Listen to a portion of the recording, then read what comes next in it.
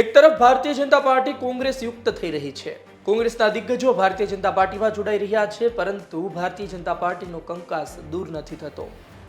આ એટલા માટે કહી રહ્યો છું કારણ કે એક વિડીયો સામે આવ્યો છે, એક દ્રશ્યો સામે આવ્યા છે. શું છે આ વિડીયો, શું છે આ દ્રશ્યો, તેની વિશે વાત કરવી છે, પરંતુ આપ પહેલા દ્રશ્યો જુઓ, ત્યારબાદ વાત કરીએ.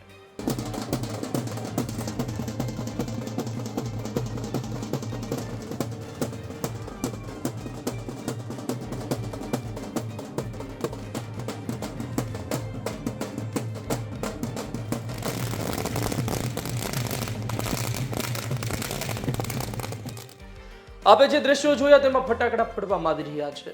જે વ્યક્તિ કાર્યકર્તાઓનો ઉત્સાહ વધારી રહ્યા છે તે વાંકાનેરના ધારાસભ્ય જીતુ સોમાણી છે.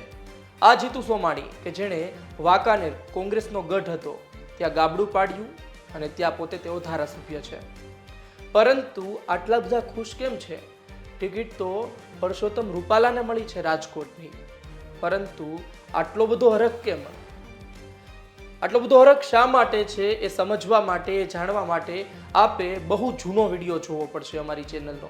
પહેલા એ જોઈ લો. 2024 માં પૂરો થવાનો નહીં, હવે 2029 સુધી સંસદ સભ્ય વાંકાનેરમાં રહેવાના.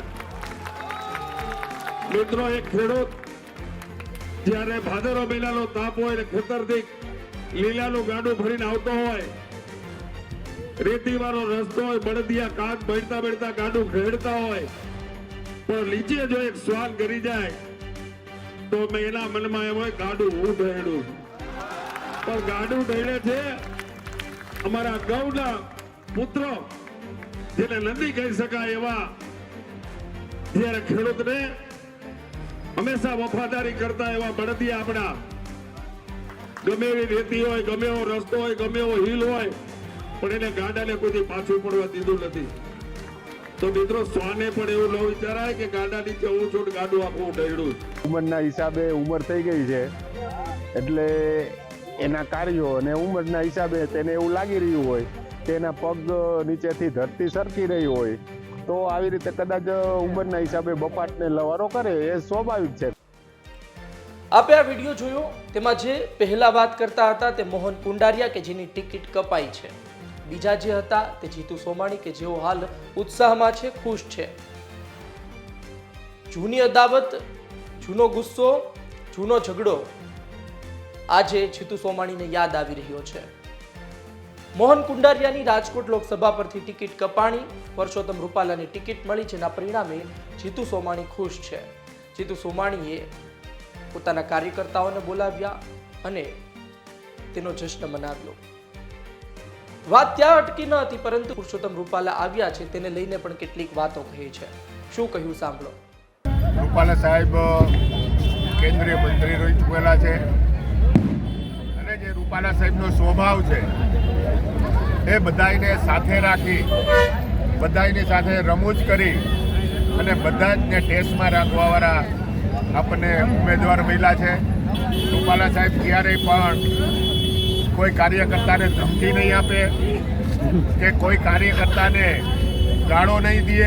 આપે સાંભળ્યું કે જીતુ સોમાણી શું બોલ્યા. જીતુ સોમાણીને જૂની અદાવત છે, એના કારણે તેઓ આવું બોલી રહ્યા છે કે હવે કોઈ ધમકી નહીં આપે, હવે કોઈ ગાળો નહીં આપે. પરંતુ પરસોત્તમ રૂપાલાનું નામ જાહેર થઈ ચૂક્યું છે. ભરત બોઘરા પણ રેસમાં હતા, પરંતુ પરસોત્તમ રૂપાલા વડાપ્રધાન મોદીના ખાસ માનવામાં આવે છે અને હવે તેઓ છે રાજકોટ લોકસભા લડી રહ્યા છે. તેને વધારવા માટે મોટી માત્રામાં કાર્યકર્તાઓ પહોંચ્યા હતા. ત્યારે પુરુષોત્તમ રૂપાલાએ શું કહ્યું હતું રાજકોટ લોકસભા વિશે અને ચૂંટણી વિશે સાંભળો.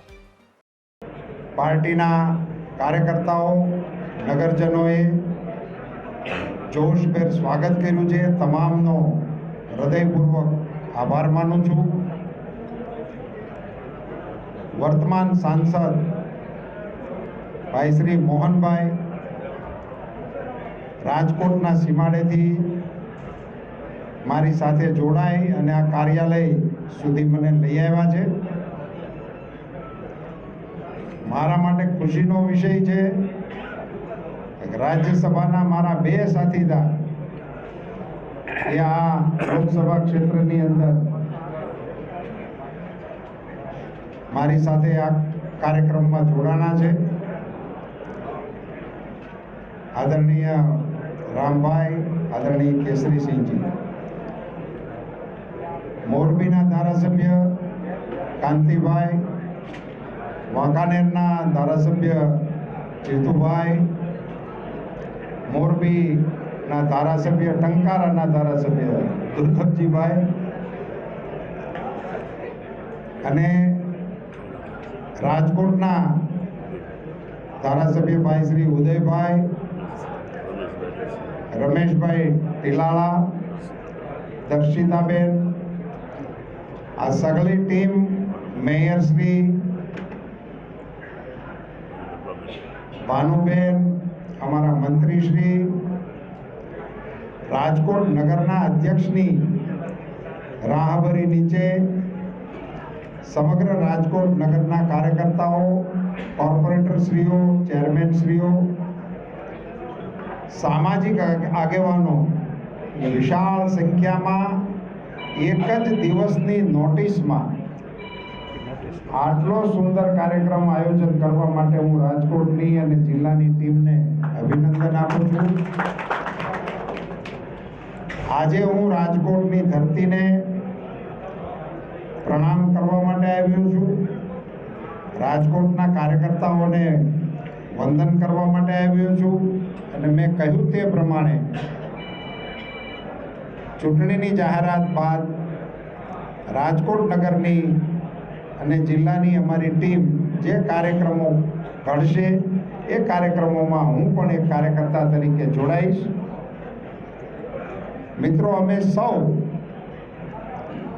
આ વખતની ચૂંટણીમાં પ્રધાનમંત્રી શ્રી નરેન્દ્ર મોદીજીના વિકસિત ભારતને લક્ષ્ય કરવાના સંકલ્પ સાથે મતદારોની વચ્ચે જવાના છીએ. આપ સૌ એમાં અમને સહકાર આપશો એવી અપેક્ષા છે. તો આમ પરસોત્તમ રૂપાલા રાજકોટ પહોંચ્યા, પરંતુ સોમાણી અને કુંડારિયા વચ્ચેનો ઝઘડો આજે પણ યથાવત છે. કુંડારિયાની ટિકિટ કપાઈ છે, તેમાં સોમાણી ખુશ છે, મોજમાં આવી ગયા અને કાર્યકર્તાઓને બોલાવી જશ્ન મનાવ્યો.